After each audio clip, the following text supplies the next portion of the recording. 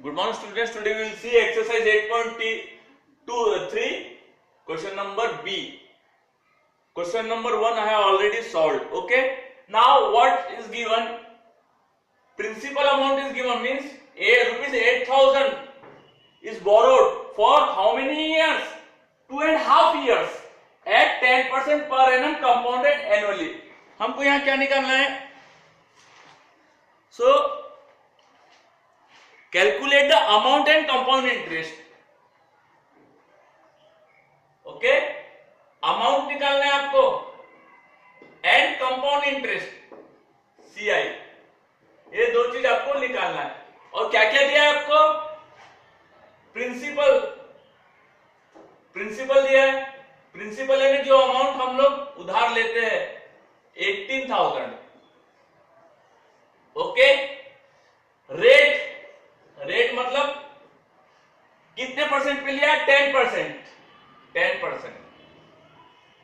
Okay. और time कितना है? 2.5 years. कितना है? 2.5 years. अब 2.5 years यानी ओके 2.5 years ऑलरेडी दिया हुआ है. Okay. So what is our formula? हमारा फॉर्मूला क्या है? अमाउंट निकालना है. सबसे पहले हम अमाउंट निकालेंगे, उसके बाद में कंपाउंड इंटरेस्ट. तो अमाउंट इक्वल टू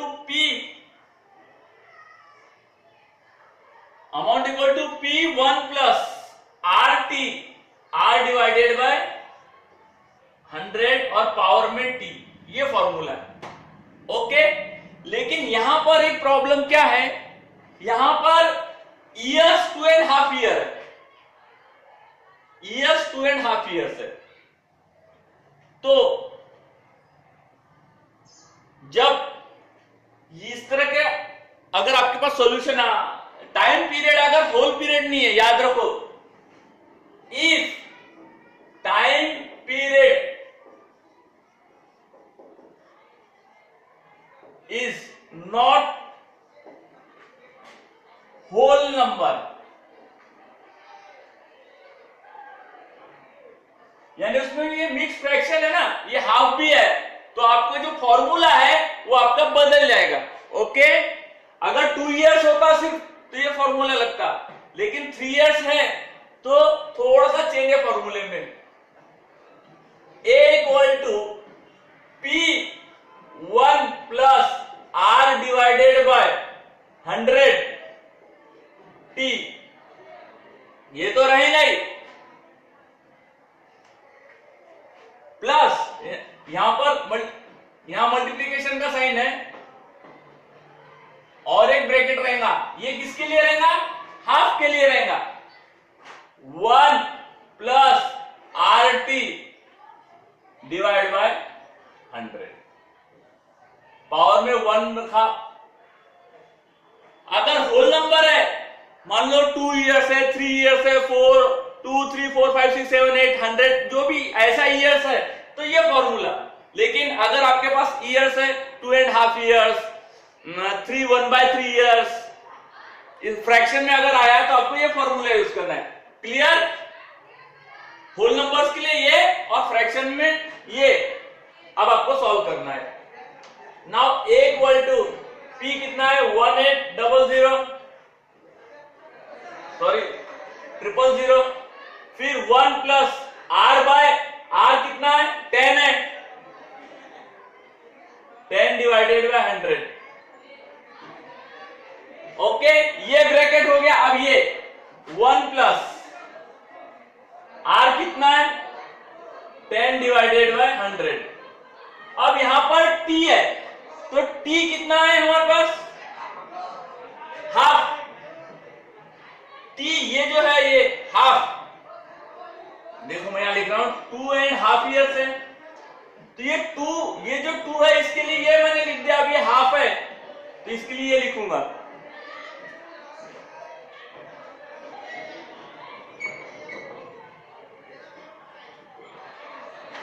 तो आपको टाइम क्या इसमें क्या करना पड़ेगा?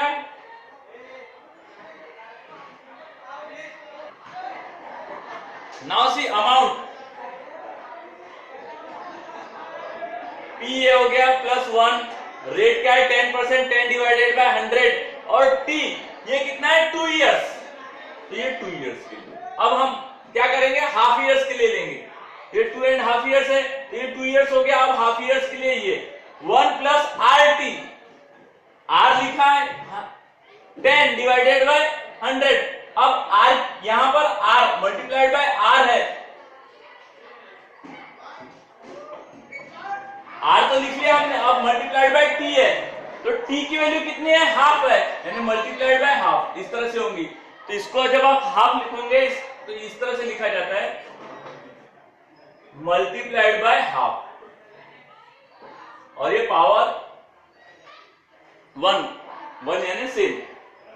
ये आपको अच्छे समझ में है कि P ये जो है ये यहाँ 2.5 इयर्स के लिए है, तो ये 2 इयर्स के लिए ये रहेगा और हाफ इयर्स के लिए ये रहेगा। ओके, इसमें क्या चेंजेस आए, सेम यहां तक सेम है, मल्टीप्लाइड बाय T लिखना पड़ेगा, T यानी हाफ है। Okay, now solve this, A equal to 18000, ये 0 कट हो गया, 1/10, 1 इक्वल टू 1 प्लस 10, ये 0 कट, 1 प्लस 1/20। ओके, इस तरह से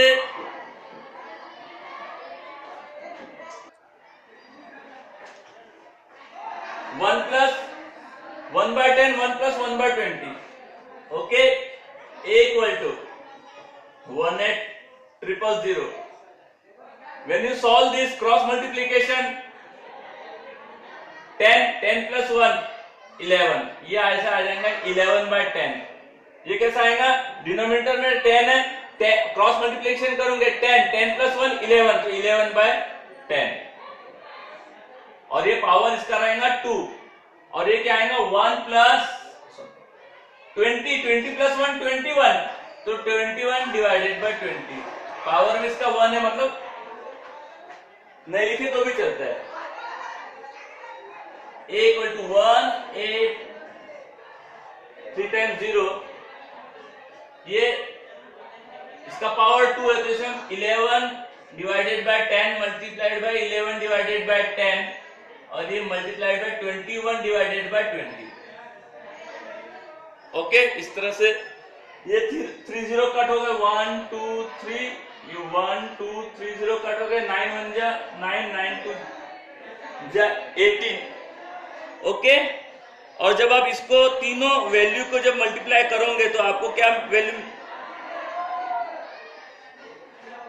ये 9 टाइम रहेगा, 9 multiply by 11 multiplied by 11 multiplied by 21 जब आप करोगे तो आपको क्या, कौन सी वैल्यू मिलेगी, 22869। ओके, 22869, ये आपका क्या हो गया, अमाउंट।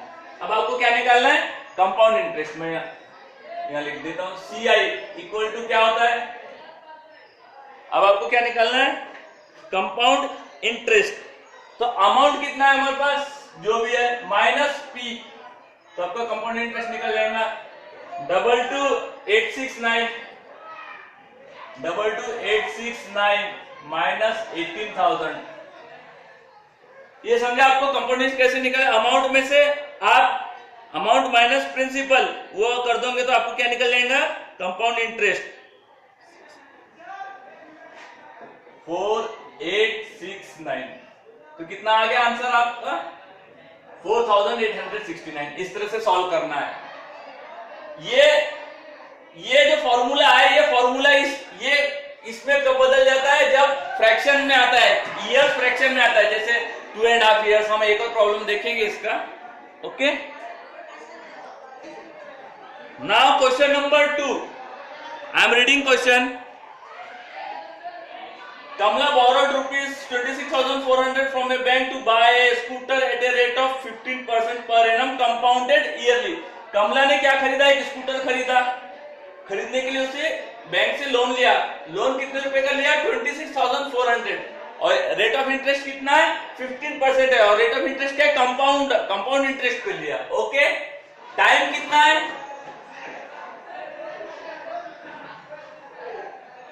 व्हाट विल शी पे at the end of 2 years 4 month? तो 2 साल 2 years 4 month के बाद उसको कितना पे करना पड़ेगा। ओके, अब इसे सबसे पहले हम किस में कन्वर्ट करेंगे? ईयर्स में। तो 2 4 months मीन्स मंथ्स यानी 4 divided by 12। Okay, means 2 1/3 years। क्या आ गया हमारे पास? 4/12 एंड 1/3 कितना है? यहां पर फिर से ईयर्स क्या होगा? फ्रैक्शन में आ गया। तो फॉर्मूला हमारे पास क्या है? A equal to P 1 plus R divided by 100 और T। ये ऐसा हमारा होल ईयर्स, जब 2 years रहता तो ये फॉर्मूला अलग होता, लेकिन अब यहां पर 2 and 1/3 फ्रैक्शन में है ईयर्स, तो फॉर्मूला बदल जाता है। ये तो रहता ही फॉर्मूला, इसमें सिर्फ एक चीज ऐड हो जाती है। देखो क्या ऐड हो जाता है? 1 plus RT divide by 100 power में 1। देखो जब होल ईयर्स रहेगा, जैसे 2 years 3 years 4 years रहेगा, तो आपका फॉर्मूला कितना रहेगा? सिर्फ इतना रहेगा, फॉर्मूला इतना रहेगा। लेकिन जब फ्रैक्शन आ गया, फ्रैक्शन यानी जैसे 1/3 1/2 ये जो आता है, इसके लिए आपको ये ऐड करना पड़ेगा। क्या ऐड करना पड़ेगा? 1 प्लस RT डिवाइडेड बाय 100। अब इसकी वैल्यू आप पुट कर दो। A equal to 26400 1 plus R कितना है? 15 डिवाइड बाय 100। ये दूसरा bracket 1 plus R 15 divided by 100 और T ये फ्रैक्शन के लिए, मैं बार बार बता रहा हूं, ये फ्रैक्शन के लिए मल्टीप्लाइड बाय 1/3। ओके, 5 3 जा 5 20 जा।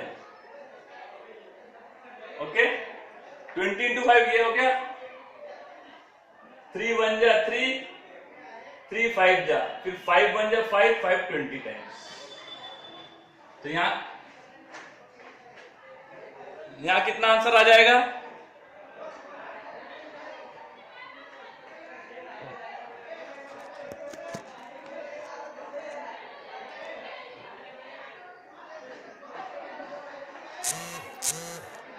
To 6 4 0 1 plus 3/20 1 plus 1/20। सी ये इतना आ गया आंसर आपका।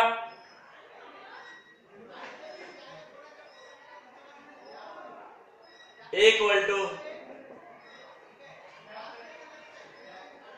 26400 1 प्लस 3/20। इसको आप सॉल्व करो कितना आ जाएगा? 23/20। इसका पावर यहां पर, इसका पावर